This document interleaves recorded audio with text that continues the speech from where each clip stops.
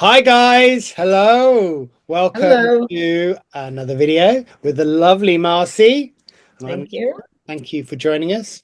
Today is going to be a point of view, our reaction to a point of view, to a very interesting video. I don't know anything about this.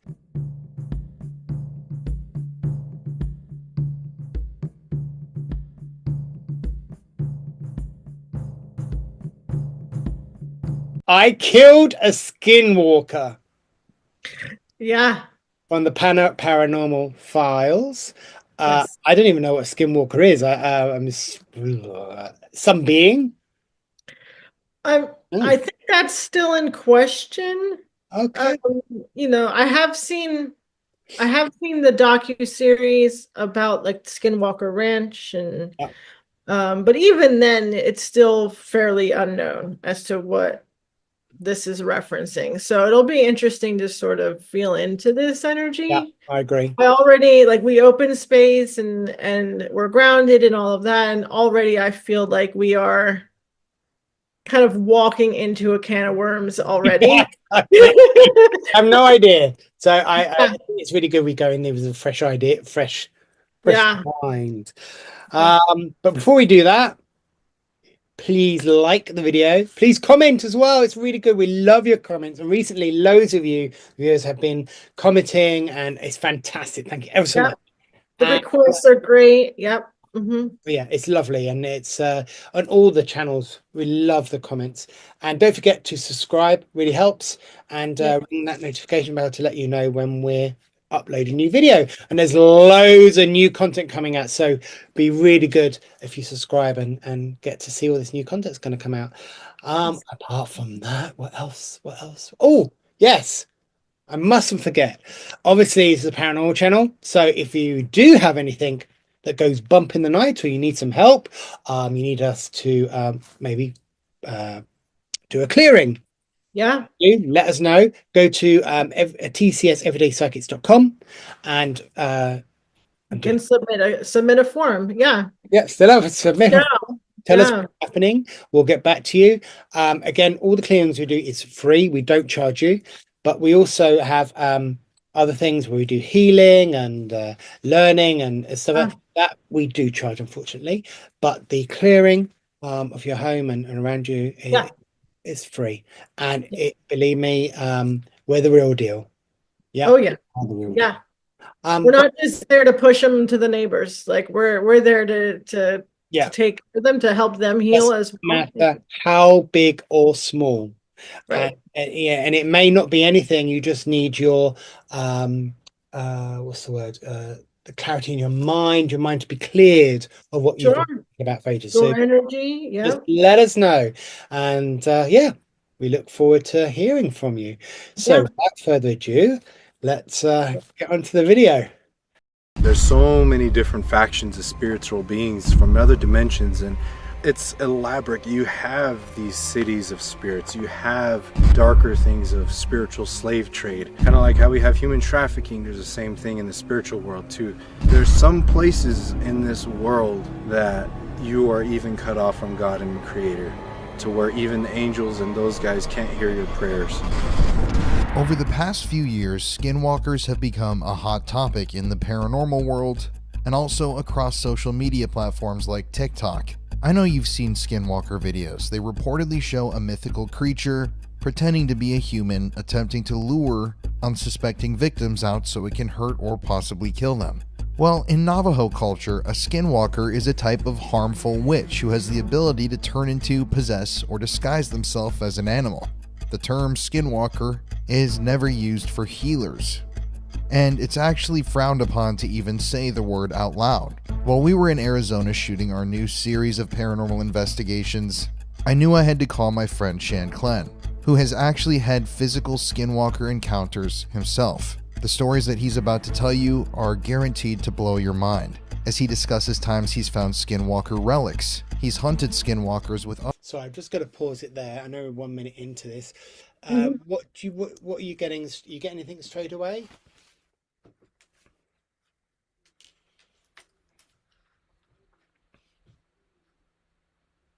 I mean, it's it's a lot. It's like what he was saying is just there's parts of it that I completely disagree with, and there are parts of it that I feel are possible. So it's just, to me, it still feels like just a giant mess Yeah, of I agree. information, Yeah.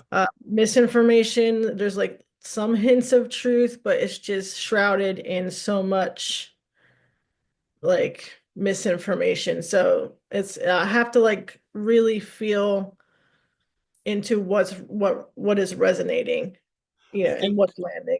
I feel that we, like any videos we watch, or on YouTube or people, is take some of this with a pinch of salt. Remember, this is Yeah, a story unfolding, so I think there will be some things that could be true, and some things a little bit stretched and yeah, over exaggerated.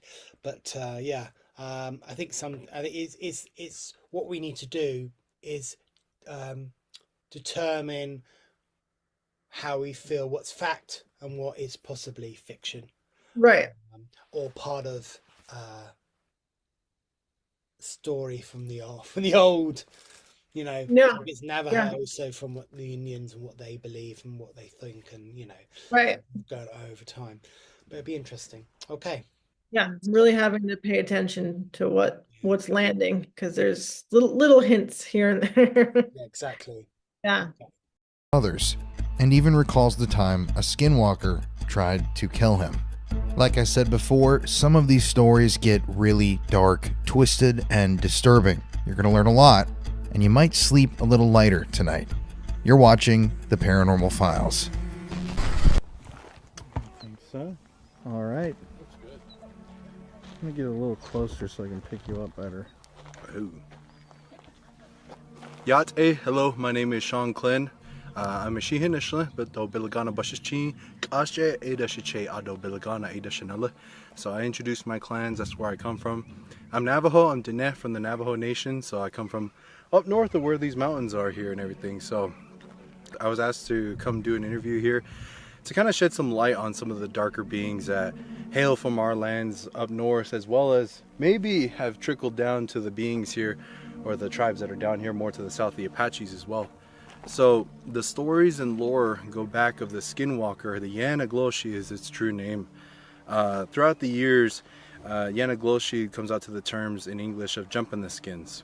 So these are essentially, a long time ago, they were medicinal people that used to go to sacred mountains, just like this one that's behind me here. In our Navajo Nation, they needed to travel to the 4 sacred mountains really quickly. So to be able to perform a bundle ceremony, which is a sacred ceremony that's used to be able to make these bundles that provide protection for certain family members as well as the tribe and kind of the clan itself. Now, for this ceremony to work, they needed to traverse the land in 4 days. So they needed a quick way. This was before vehicles, helicopters, or anything like that was available.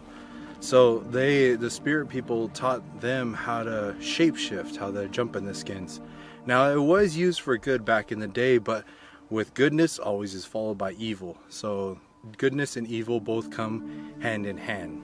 When it comes to that, they're throughout time, it's a very, very long process to be able to learn how to shapeshift. It takes years, decades to be able to learn how to shapeshift in the good way, to be able to call upon the songs, call upon the spirits, and to be able to shapeshift into whether it be a coyote, whether it be a deer or a cougar or any other animals that were readily available up there in the tribes.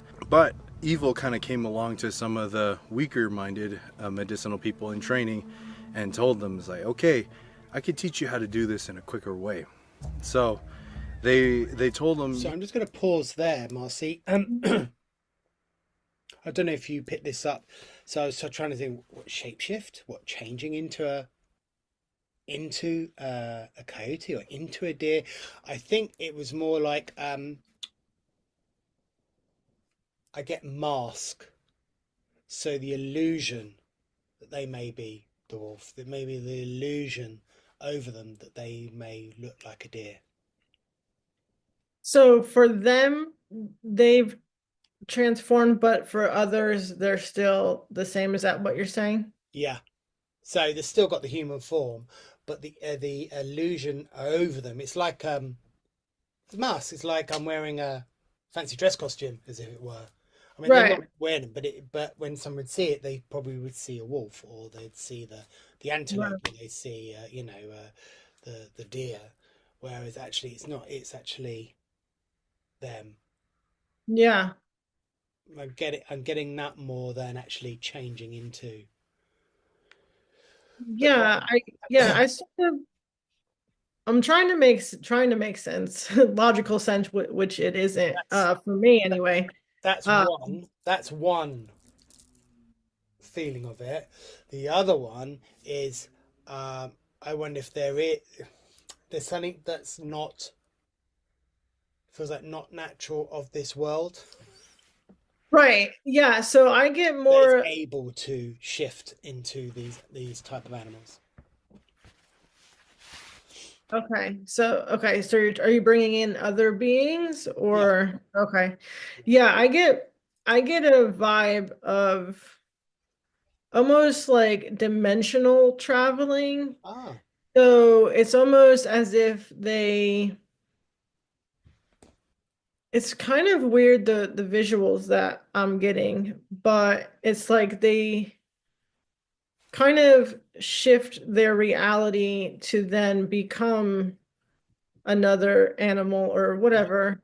And they're not in the same like dimension or the same timeline or the same like they're next to each other, but it's not the same. So that they don't leave the human body behind. Uh-huh.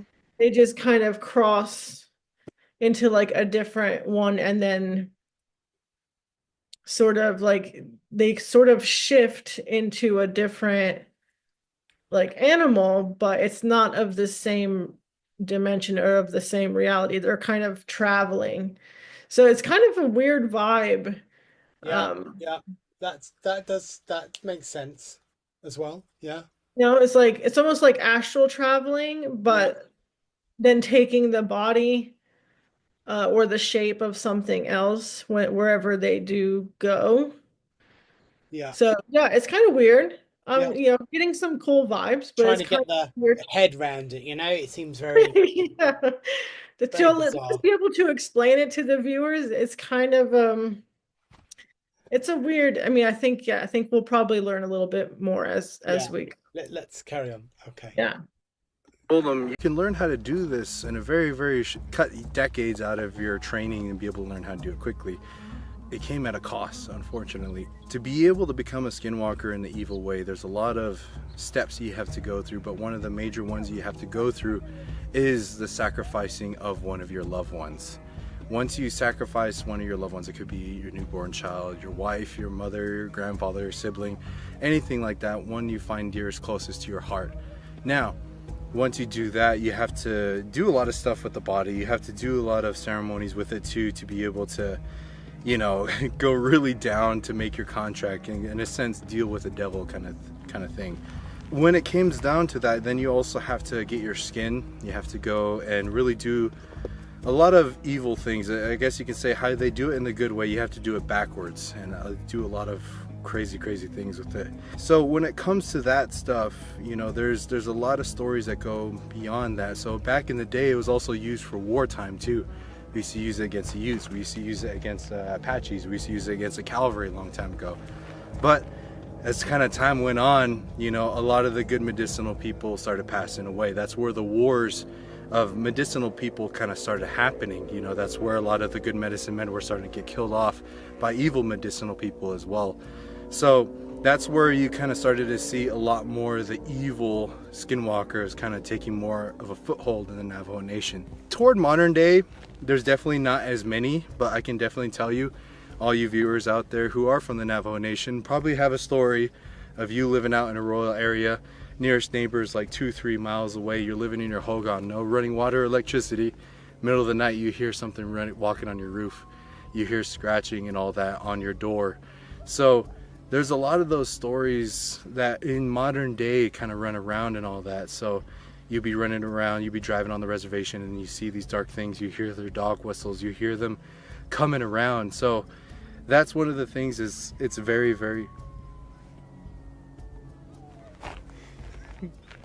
And there's a coyote right there as I'm talking about this. So, you know, it's one of those things that, you know, even kind of us talking about this, whenever they say in our tribe, it's taboo to talk about them. But when you talk about them, it's, in a sense, you're making a line of communication. In a sense, you're praying to them. Without you kind of knowing, you're opening up that line of communication. That's how they know. They perk up their ears and they hear you like that. Yeah, I'm just going to say, what I got told was, yeah, a lot of these are stories. A lot of these Yeah. are stories. Once he started talking about the evil skinwalkers, like, I sort of picked up on, okay, now he's talking about something else, like something adjacent to skinwalkers, like almost not specifically witchcrafty, but it's almost like people kind of took that and started kind of venturing down a different path. Like this is where something branches off, right? Like there's similar traditions, but they take it, like they make it something completely different. So, you know, this is almost like when he was talking about sacrificing, and of course, that's kind of a story like you have to sacrifice someone that like you love or whatever. I think that's a little, you know, dramatic. Yeah. But the sacrifice part I felt was real, but it's using that energy to then shape shift and then or like enslave, or you know, more so like I think I think very much in way back in the past, you know, the leaders would give stories and it would bind and control the tribe. No different from, say, here in UK years ago, medieval times, they would give stories. I mean, I remember as a kid, you know, our scout leader telling us stories of, oh, they're banging on top of right, the caravan, you know, and like he was saying, right. you know, to stay in, you wouldn't go out, you were wandering around, Or what's happening.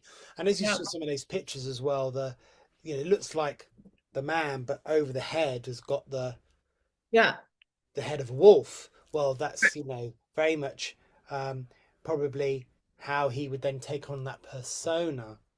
sure, and that, or even honor in a sense. Like I do get that the initial vibe of like skinwalkers or whatever you want to call them was very pure, very good-hearted. Like they used that ability for protection, for discovery, for you know, learning and experience and, you know, evolving and all of that. And then it sort of started to branch out, obviously, as people started kind of, you know, manipulating it to do different things. And it's like it feels like he's trying to put it all together into one thing, and it feels like different branches. Like he's putting in a lot of different stories into one giant story. I agree. Okay. That's Which makes sense now why it felt like that walking into this energy. Yeah. They hear you kind of coming around and doing this stuff, so then they'll come to your house. They can witch you, they can kill you. They have this, they're also called grave robbers as well. So they go to a lot of these cemeteries, they go to some family members, they dig them up, they get their bones, whether that be skin or decay, whatever state the body is in. And then they'll grind up the bones, they'll use bone knives, bone darts, or bone ash, they call it washte. And then they have the ability to paralyze you as well. So when it comes to that, you know, you be sleeping in the middle of the night, they'll paralyze you, then they'll put that bone ash on you. And they say if you don't get a ceremony soon, you're going to die of a curse like that. To be able to inhale a human body like that, it's going to get you sick and kill you. So that's one of the things, is like going to war, going to bat with these guys. You know, you always have to say, you don't talk about these guys, but there's always the second part to that, is unless you know how to deal with them. So that's why, like me, myself, and my brother, and then a few other warriors from our tribe, we know how to go against these beings. We know how to protect ourselves. We know the songs and ceremonies to go against the evil prayers, the songs, the curses that they put upon us. So that's why we're able to kind of talk about these beings and everything. Like I said, there's a possibility, mainly they'll be in the Navajo Nation, but there are some who have, I guess you can say, are relatives or married into other tribes, such as this land down here in the Apache lands. So I'm sure the Apaches have their shapeshifters as well. You know, that's why down here, you know, it's not too far away from the Navajo Nation to where there's a possibility of skinwalkers being out here. So that's one thing. You always got to be on your guard wherever you go, and always leave offers. He's a very good storyteller. I don't know. It You seems. can tell he's absorbed a lot of stories. Yeah. For sure. I'm sort of I don't know. I'm sort of now questioning, not questioning what he's saying. What I'm saying is how, questioning storytelling. It's you know, it's the sort of wheeling you in. Yeah. Is there gravitas behind what he's saying? I'm not Yeah. sure. I'm not sure. I'm questioning that probably more than not his storytelling, questioning that his gravitas. Yeah. I mean, he's very nervous, obviously, with it being an interview. He's got a lot that he wants to say, and I think he's trying to get it out in the most, like, in the easiest way to express it. But there's a lot of information I think he knows, and him being one of the warriors and have the abilities to do something about this, there's a little bit of hint of like he might have the knowledge, but the experience is lacking. I think also what's very positive, he keeps that storytelling alive and the energy of that alive. Mm-hmm. And which adds that's what adds a gravitas to his nation. For sure. He's definitely carrying it. Yeah. Carrying it with him. Okay. So we'll see. And just be careful not to leave anything behind. You know, they say if you leave your hair, if you leave anything else that's around you, they can gather those objects and they can curse you and witch you after you leave. So that's kind of one of those things. It's like, you know, you would see like a lot of these social media things talk about skinwalkers being all the way in the East Coast, and it's just like, not really. Kind of don't really think it would be a skinwalker. Yeah, there's shapeshifters all over the place, but a skinwalker is a very specific type of shapeshifter.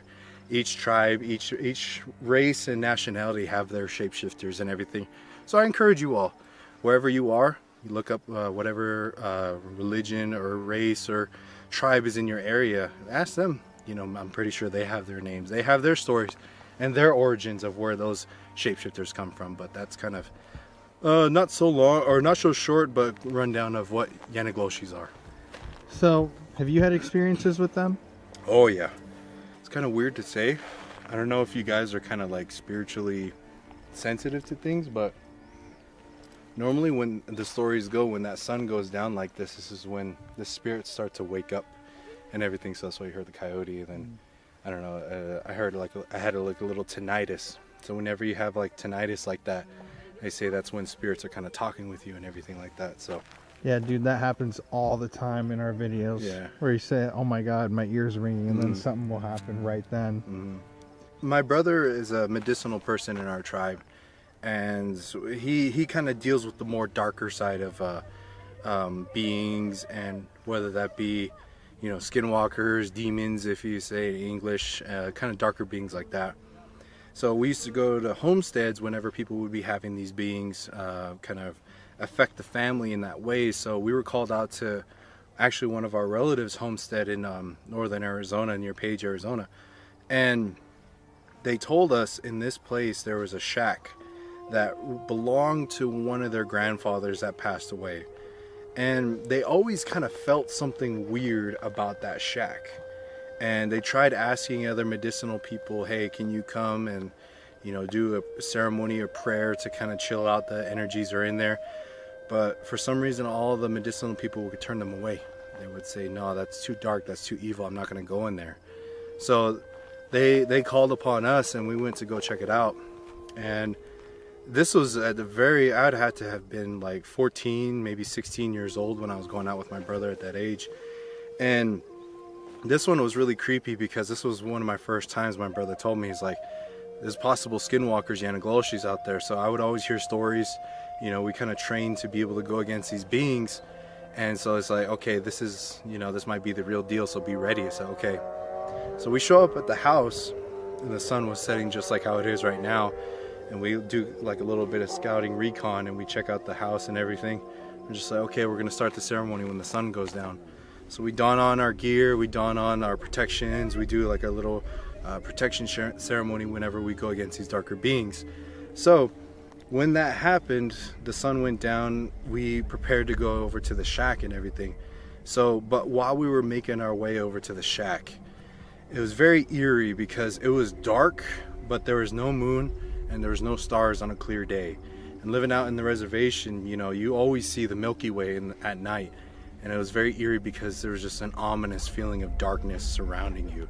So that's what my brother said, you know, it's just, this is one of those things to be able to bring fear inside of you. That's what these evil beings feed off of, is that fear. So always stay strong with your prayer and who you are as a person. So I said, okay, so we make our... I would definitely agree with that. And I think here's an example. Again, there's a lot of, it's trying to work some of the fact and the fiction, and there seems to be a lot of it woven in, you know, the fiction. But he's saying some facts, and there's no different from us doing a clearing, you know. Although we wouldn't go, oh no, it's too dark, we're not going to do that. No, we would. And I think that was him just dramatizing a little bit. And he was younger. Yeah, but what he's saying so far is very true, you know, the fear and how... Oh, for sure. That's exactly what they want. I did get a hint of, now he hasn't mentioned it yet, and I was kind of waiting for it, but I got sort of like possession vibes.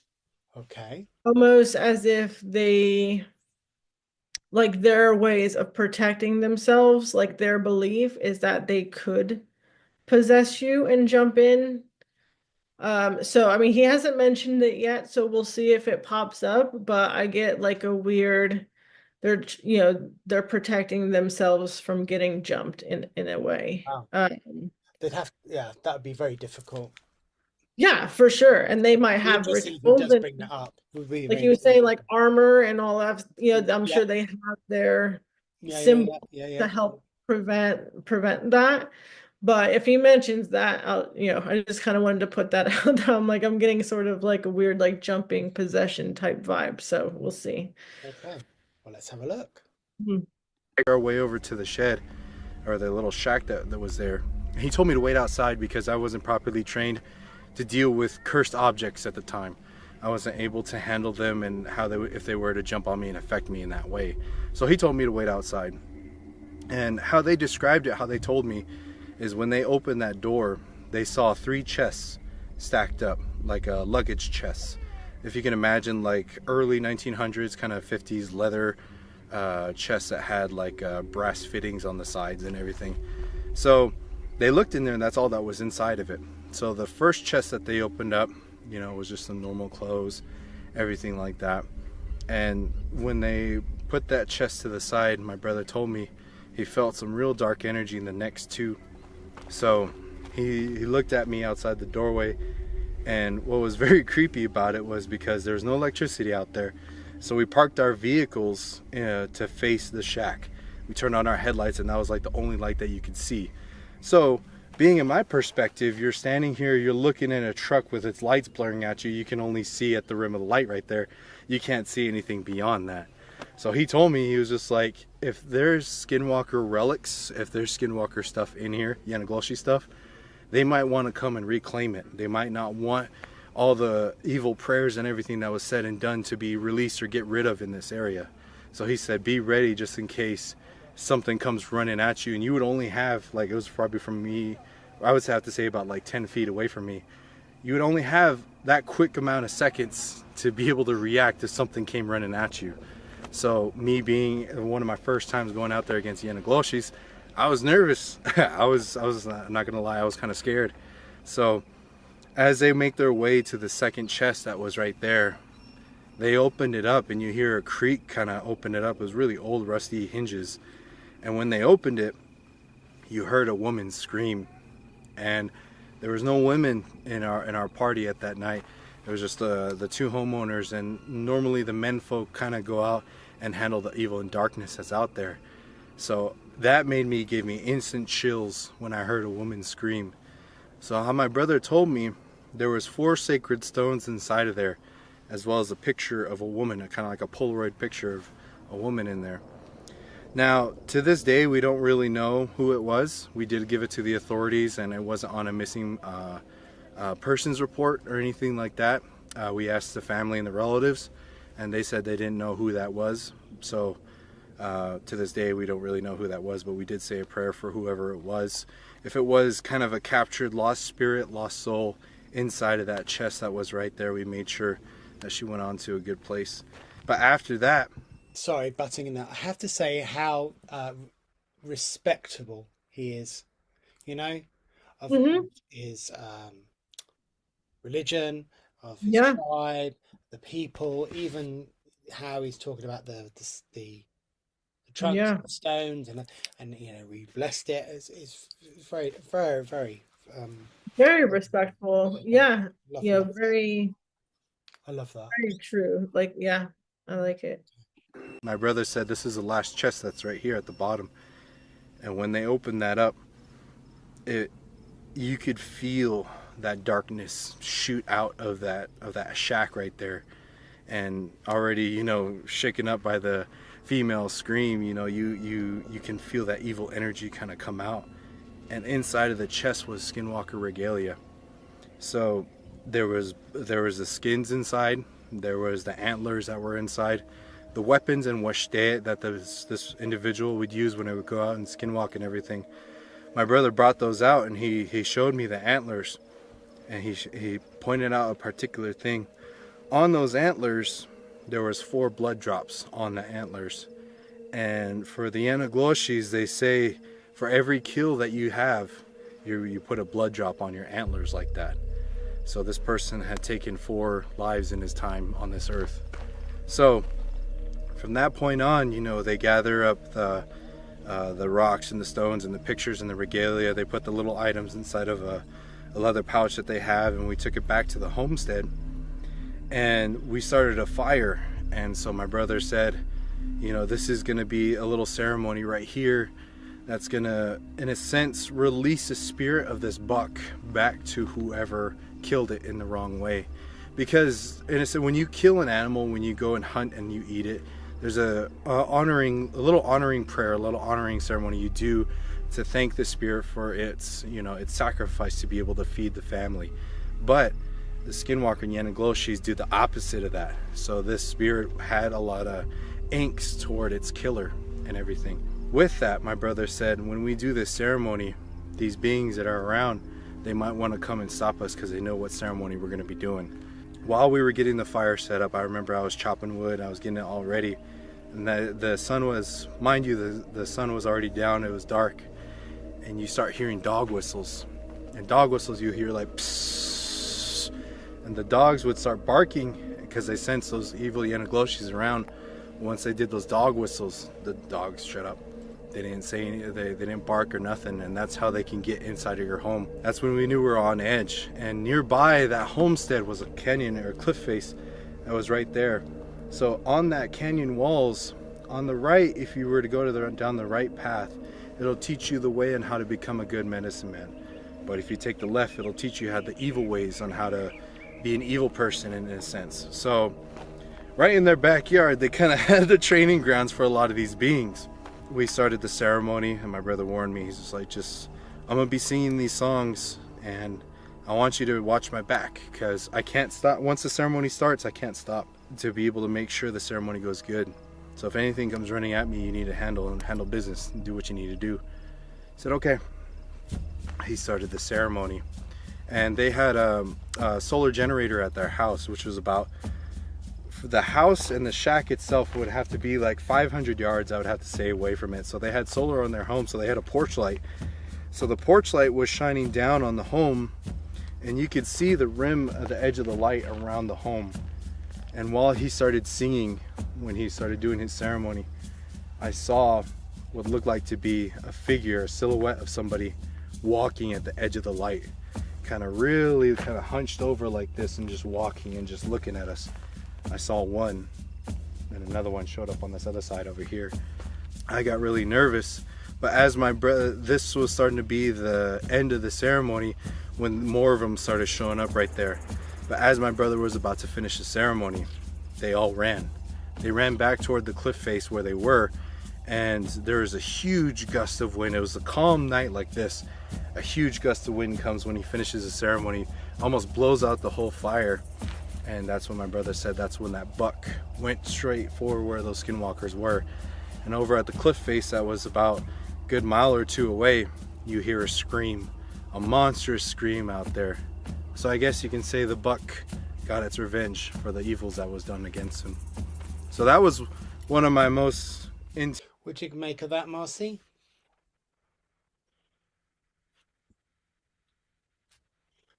Feels very, very, very, very storytelling. You know, pulling you in. Yeah, A lot of drama. a little bit of drama. I don't doubt that he saw shadowy figures. I agree. I don't necessarily can confirm they were skinwalkers, but sometimes in that time and lighting and how things Lighting and his I mean, vision can sometimes he's so nervous, and it's almost as if he's expecting this to happen, right? And so that what he saw, or what he's saying is what he thinks he saw. I definitely believe that, but I don't quite think all of that is what actually happened.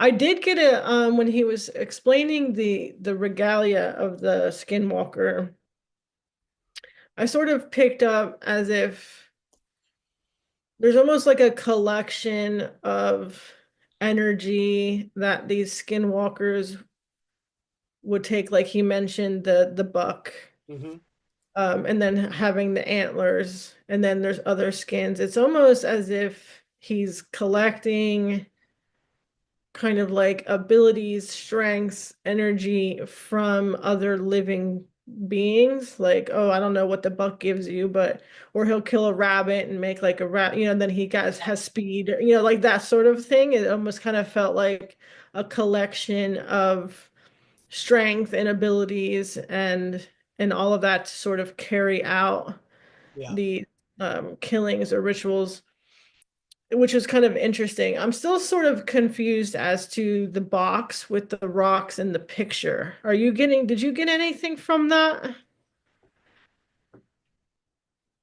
No.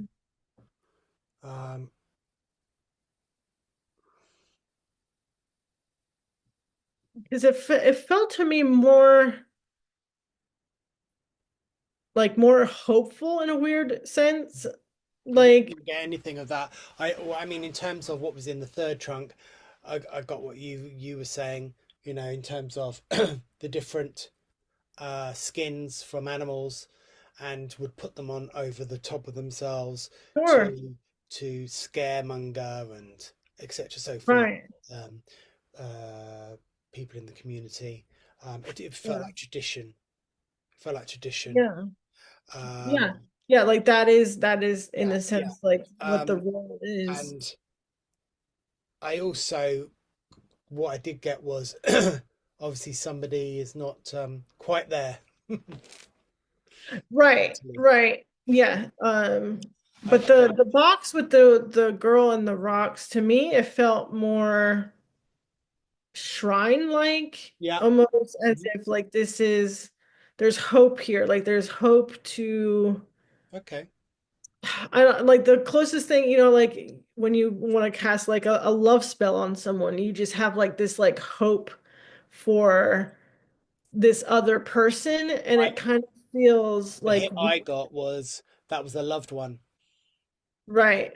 So if there was, that would be a loved one, and it was it was protection stones of the loved one, I think. It didn't feel like, oh, this was a victim like collection or like you know, how they keep the keepsakes or, you know, anything Yeah. like that. It didn't feel negative. It felt almost kind of like hopeful to me in a Okay. weird way without I knowing. wouldn't necessarily. Also, obviously, the guy was saying, the spirits in the wind. I'm not gonna foo-foo that in terms of the negativity energy, or because we when we come to clearings, we do clearings, there is an energy, can't describe what it is, Sure. it's the low vibration.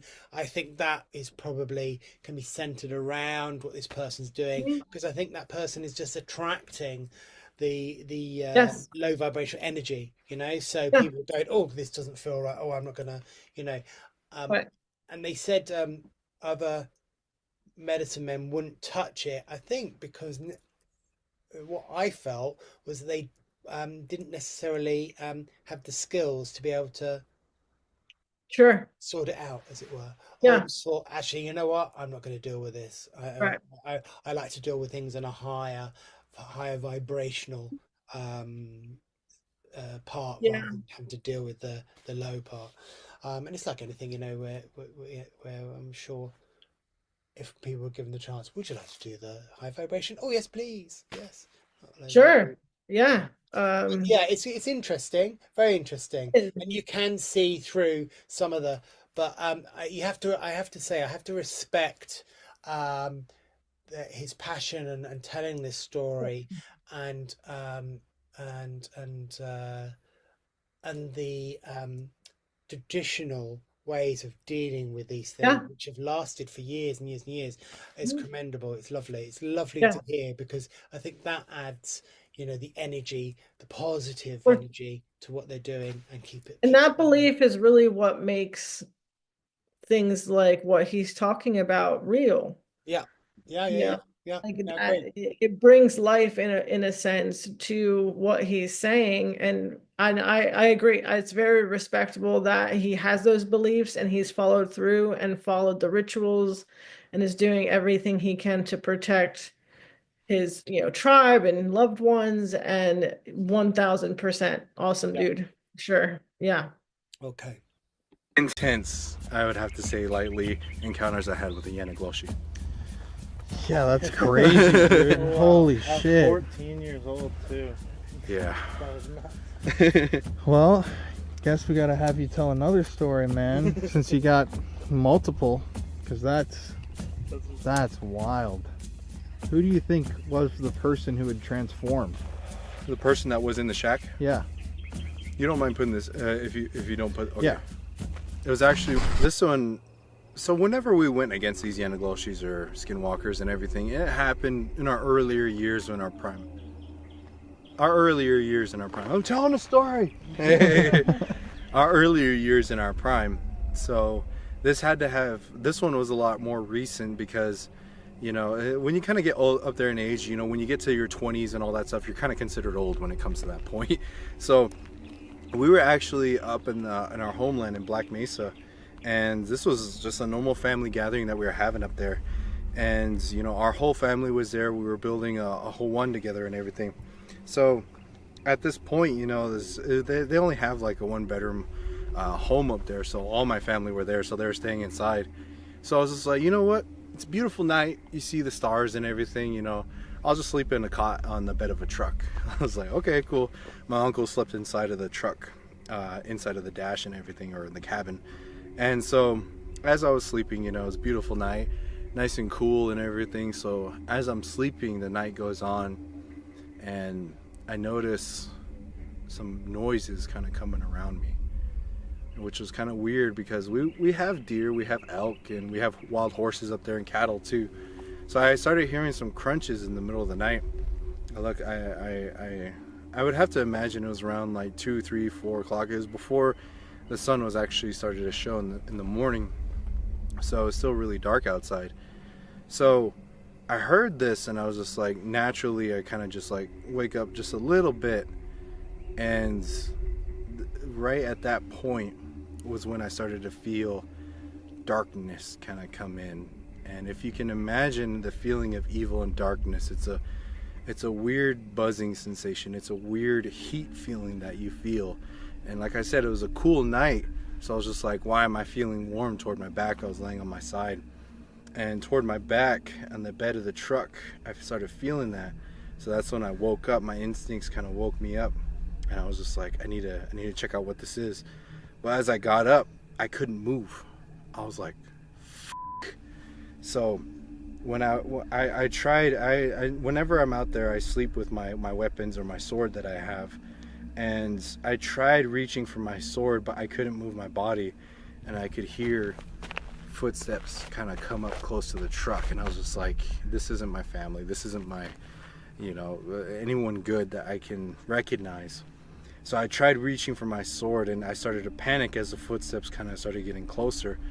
And everything I had in my body to start moving my arm out of desperation of my life, honestly.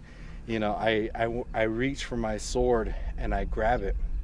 And once I grabbed it, it seemed like that paralysis, that paralyzing effect that was on me went off.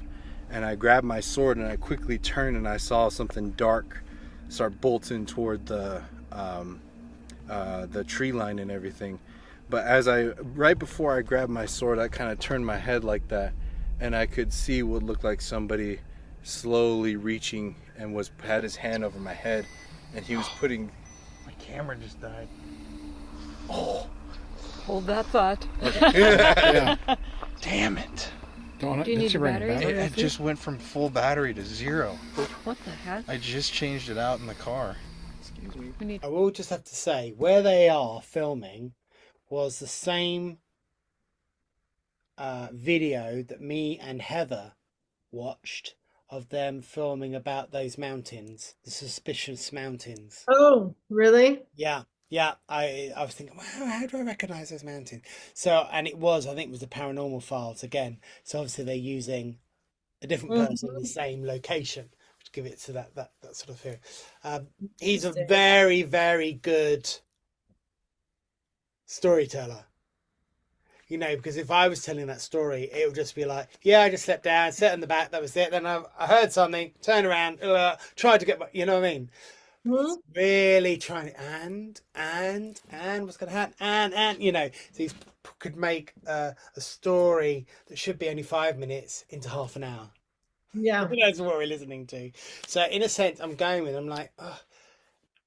Then that my ego is then going, is this real? Because there's so much Detail. tale around this.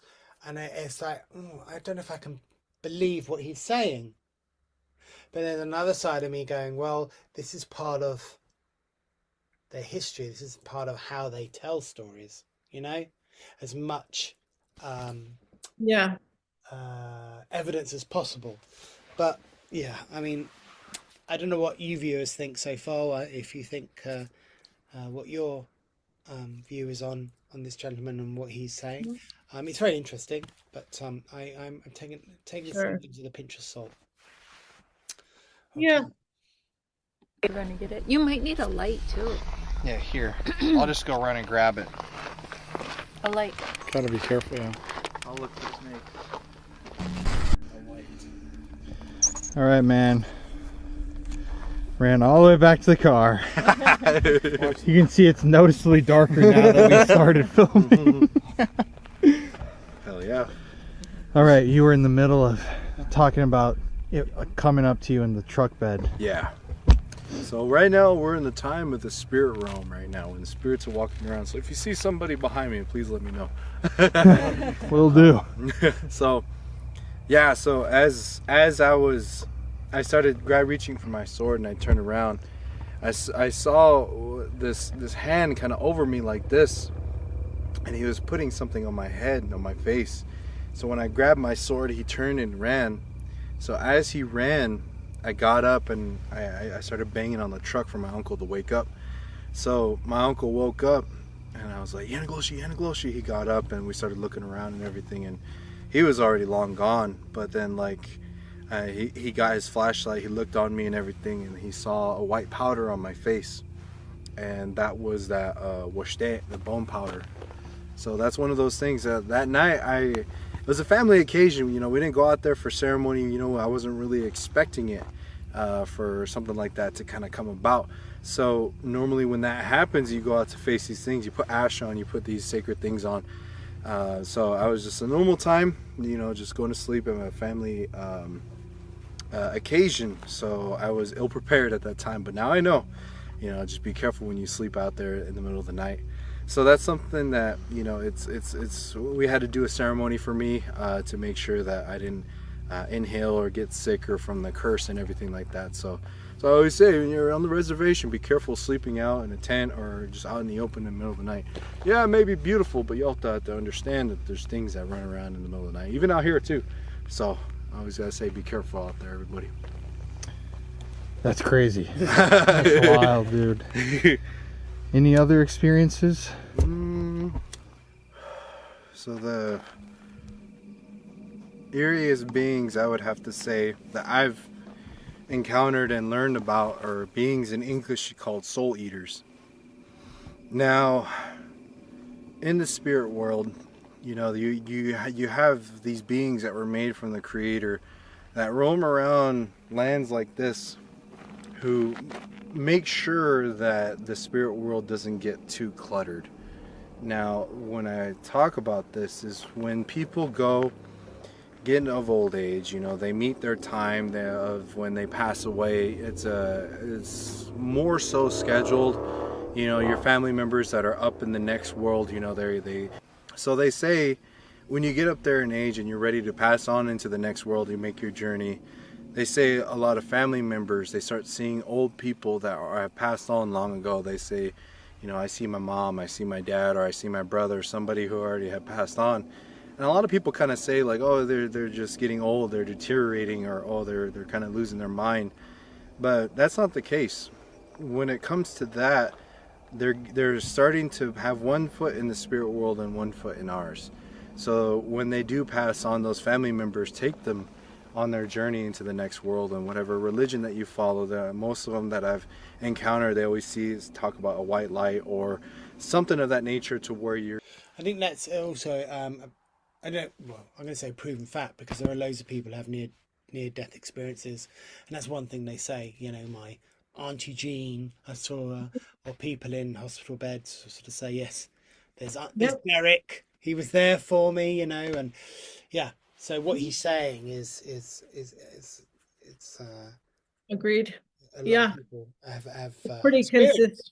Yeah, it's pretty true. consistent with Definitely. what we've heard, what we've seen and know to be true. Like, you know, you get close, you start to sort of transition. Yeah. You see things a little bit differently. Maybe it's your clairvoyance or third eye just open, and as you see more of spirits, you know. Right. Whereas Yeah. before, you've got so much clutter, so much chaos in your head, you can't see. But as you get nearer and nearer to the older, you're like, oh, it's probably less to worry about. Yeah. I feel like it's more of like the soul part, the spiritual part of the soul is starting to come to the surface a little bit. Yeah. Yeah. You know, it allows you to see a little bit more, hear a little bit more. But I think it's more for a comforting and transition type. Yeah, for sure. I wonder where he's going with this, though. I don't know. It's the soul eaters. It just sounds like a normal transition so far. Soul eater, it sounds horrific. It sounds I like, know. I want to know what he means by soul eater. well, it's probably again sort of like like a reaper. Is it like going towards the? it's probably that. Yes, you're right. It's probably that. And their story, how they've exaggerated to make it, you know, put some gravitas around it. Ooh. Because right now it just sounds like, you know, like the earth has a balance, and there's things that are keeping the balance. You know, we'll see. Let's see where it goes. You kind of go on a journey to the spirit world, and you go on from there. Now, there are times when you meet your end at an unforeseen time, and these bugs really like me. They say when you meet your fate, you meet your end at an unforeseen time. A lot of times the family members and the spirits that are out there don't know that you have met your end, so they're not there to help guide you on your journey into the next world. Say you get murdered, say you get in a car crash and you die unexpectedly. You'll wake up. Well, one analogy I like to make is that movie Ghost, with I believe it's Patrick Swayze. And he met his end, and he gets up, he looks around, he's a spirit, but then he sees his body right there. And there are these dark shadows, these dark beings that kind of came out of the ground and started chasing him around. And those, in a sense, are what we call soul eaters. Now, these beings, they come around and they kind of clean up a lot of the spirits that are lost, because in a sense, if you're a wandering spirit, you could be used for evil. You can have your soul captured and taken into the dark markets and sold, or all these horrid things, and be used for so many dark, evil ways. I have to disagree with that. I get like a yes and a no. Like it's sort of, Very, there is a transitionary period, but usually, I mean, I feel at least what I'm getting is that you can't necessarily be used until you have made the free will choice to stay in that vibration, in that lower vibration.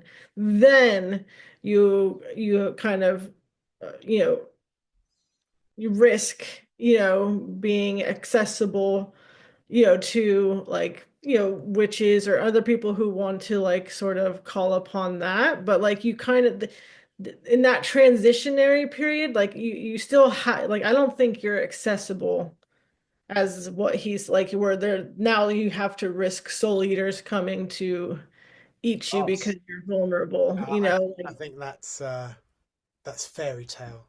Feels yeah, like fairy tale to me. yeah, To um, scare the kids when you're a kid around the campfire. Feels a bit, sure. but then it adds, that fairy tale sort of uniqueness and what's the word I'm trying to look for? Because you don't immediately cross over. So there is that period like where you're reflecting, you're learning, and then you sort of then get to choose the next step. But like as we know, you can choose to stay earthbound, and then thus making yourself vulnerable to, you know what I'm saying? Can't actually say what is right or wrong on that. I've Yeah, had many different stories of what happens, and they sure. sort of do then question. Well, all I know is, what I feel I know is that you go on to the next part of your journey, and yeah, some people don't make it through. As they go to, Right, right. Or choose not, yeah, or that choose not to. Yes, feel like because it's they're a choice. confused, or Yeah. what's this, or I can't sort Right. of confirm that they've passed on. Um, yeah. I still don't think like something else can choose for you No, I in agree. that sense. Like I still think that that's all free will. So Yes, like I you, agree. I agree. I agree. yeah. I think so. Again, I think it's just adding a bit of strength to the story. Oh, for sure. No, I mean that's definitely terrifying to think that like even after you've passed, you still have to worry about I like know. surviving in some sort, and it's like, well, I mean, it's yeah, there's a lot there, but I don't agree. I don't agree with that. But Okay. that's okay. Yeah. So he created those to kind of make sure that that doesn't happen, to make sure that evil doesn't have their way with you. And so when it comes to that, these beings come in all shapes and sizes. And this one being that I met in particular was a soul eater, and to me it creeped me the hell out, because it still gives me nightmares to this day. Because we were at a canyon, and it was a very, very spiritual night, to where spiritual beings learned how to manifest. It was a spiritual site, spiritual evening, all these things kind of lined up to where these spirits could manifest in during my trainings. And I remember seeing this being kind of come out of the darkness, come out of the shadows, And if you could picture a lion, but he had a flat face, but his whole entire body was made of bone. But not only that, the lion's mane was made out of human arms, human legs, and his whole body was made out of human body parts and everything. So it had a really kind of horrible smell to him. Freaked me the hell out, but it's one of those things that we chased it off because we So I'd say, what's he been smoking? I mean, almost instantly, I got, you know, an entity that is obviously playing the part of what he Right. already believes, right? So if it's like if I need to be a soul eater, I'll be a soul eater, to get that fear going. So, like, to me, I felt like it's a lie. Like he's not lying, but the entity who's approaching him is messing with his beliefs to Interesting. get that fear going. So Interesting. yeah. we were doing a ceremony for somebody who had recently passed away in an untimely death. So we had to go out and look for their spirit and everything, but those beings, they can sniff when a spirit is kind of wandering and lost like that. So we had to chase those beings off, and we ended up finding that person and sending them on their way. So that's one of the things. It's just like they all comes in all shapes and sizes, and the part that's freaky is normally people would have guardian spirits, family members that come down and look after them. Guardian angels, in a relative term, will come down and look after the person, protect them against evil beings throughout their life. So in cases like that, they'll be the ones that kind of take them on their journey and everything.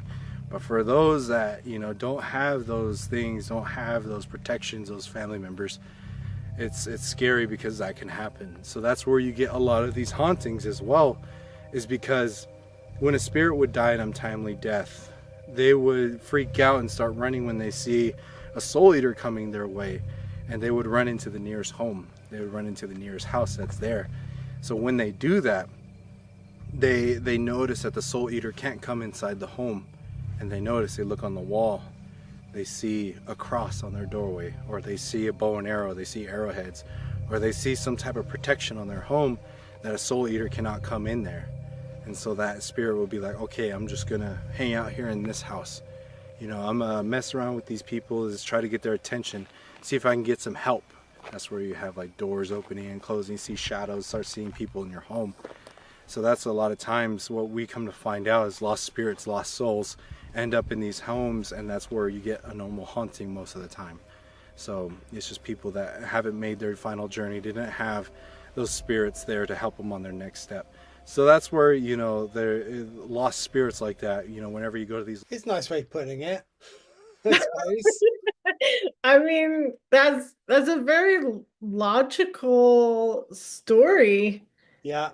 Where they're running away and they go into a home and it's protected, so they stay there, and now that's what hauntings are. I can't say it's never happened, but yeah, that's not just what hauntings are. I mean, that's as an example. It feels very logic. You're Yeah. logical of what is Very going on. logic It driven. doesn't mean it hasn't happened. Doesn't mean it hasn't happened. I'm sure it has.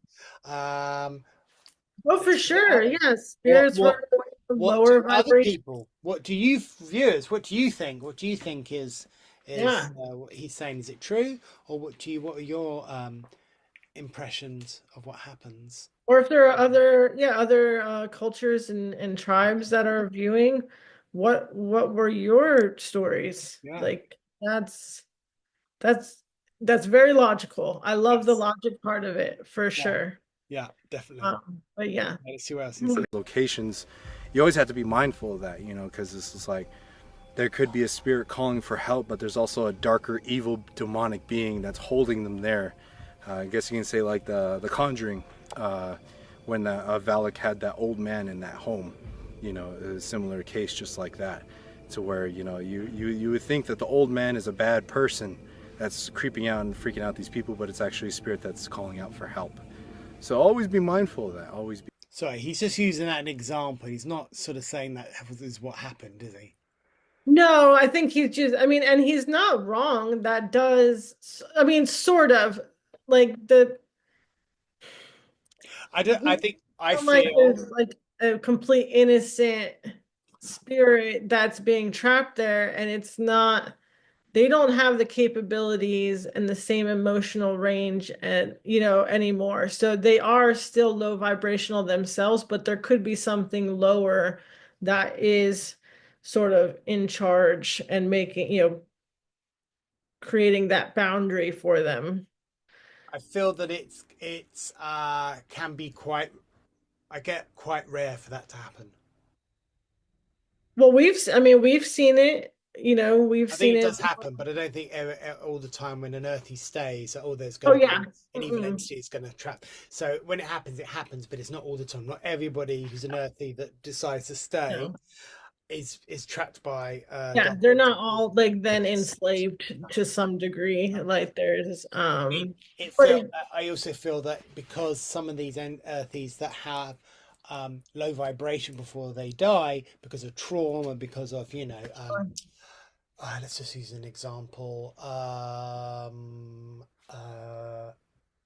They're a wife beater. Let's just use that.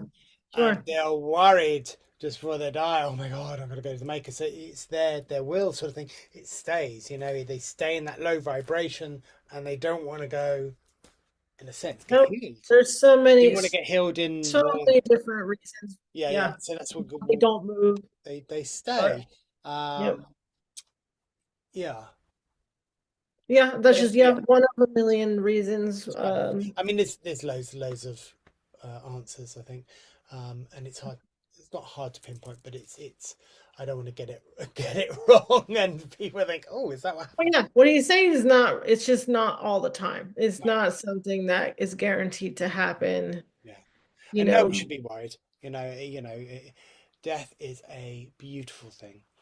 and I do want to make a note that because you mentioned that some people who just don't have guardians, that's not going to happen. We all have our teams, our spiritual teams, our spiritual guides. There is no soul that comes.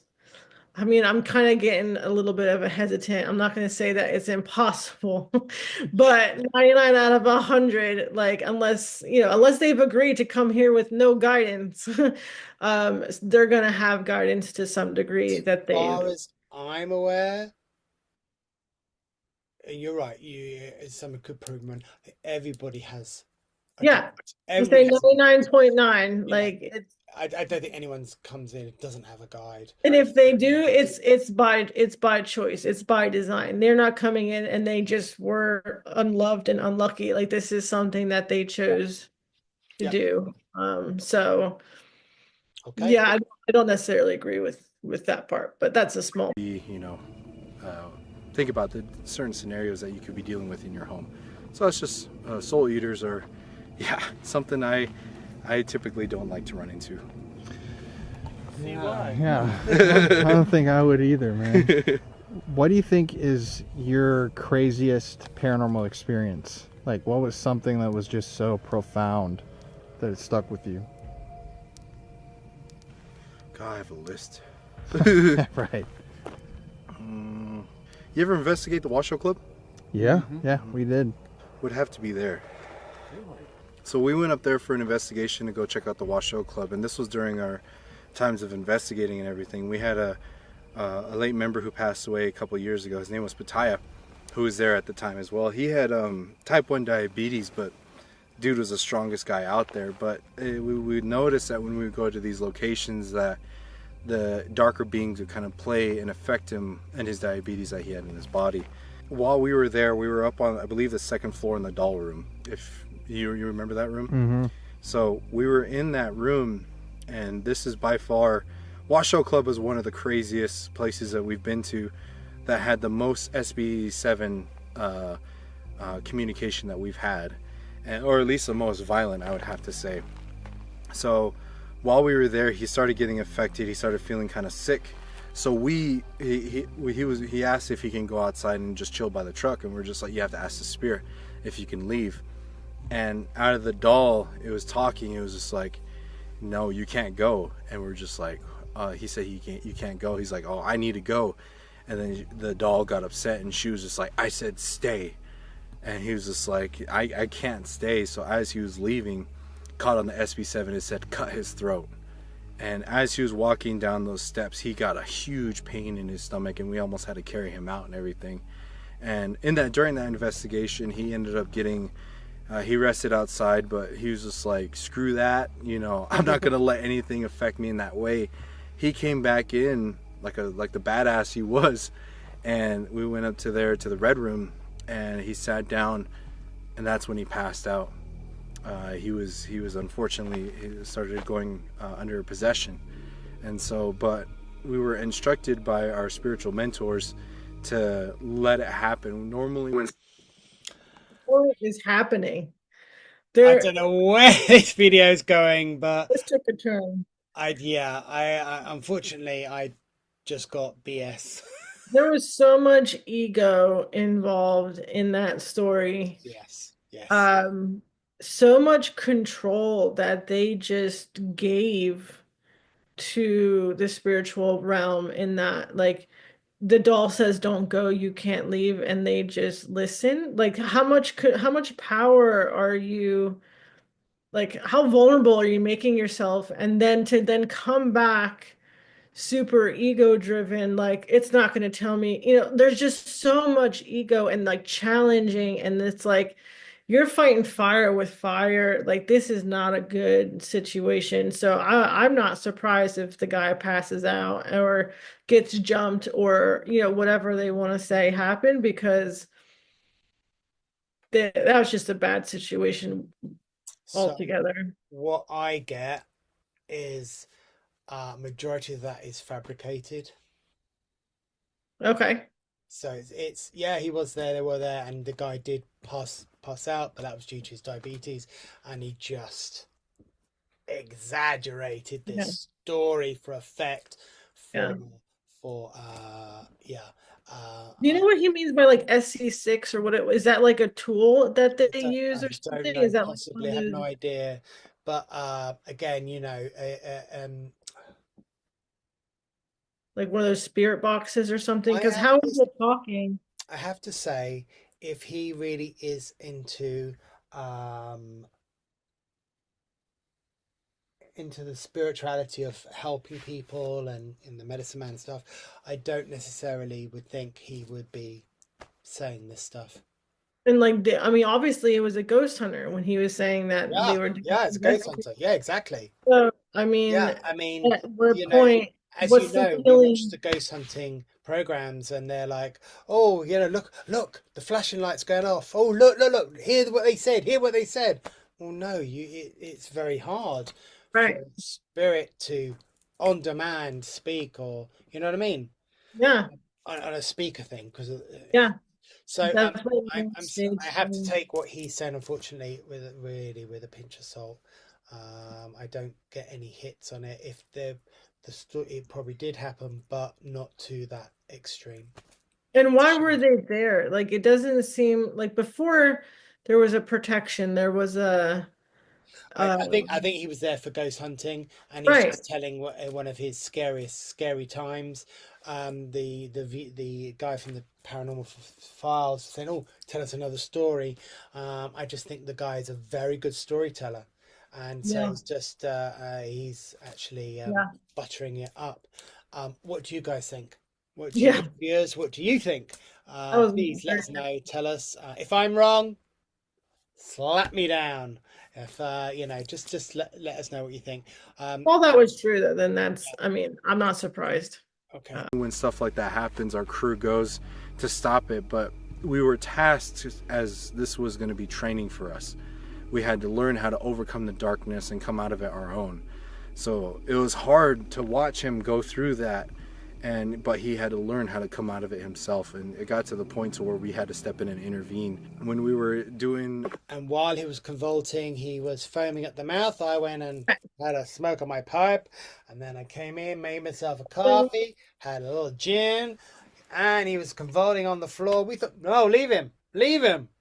Yeah, this is training. This is training. Praise be, he'll be fine. Apologies.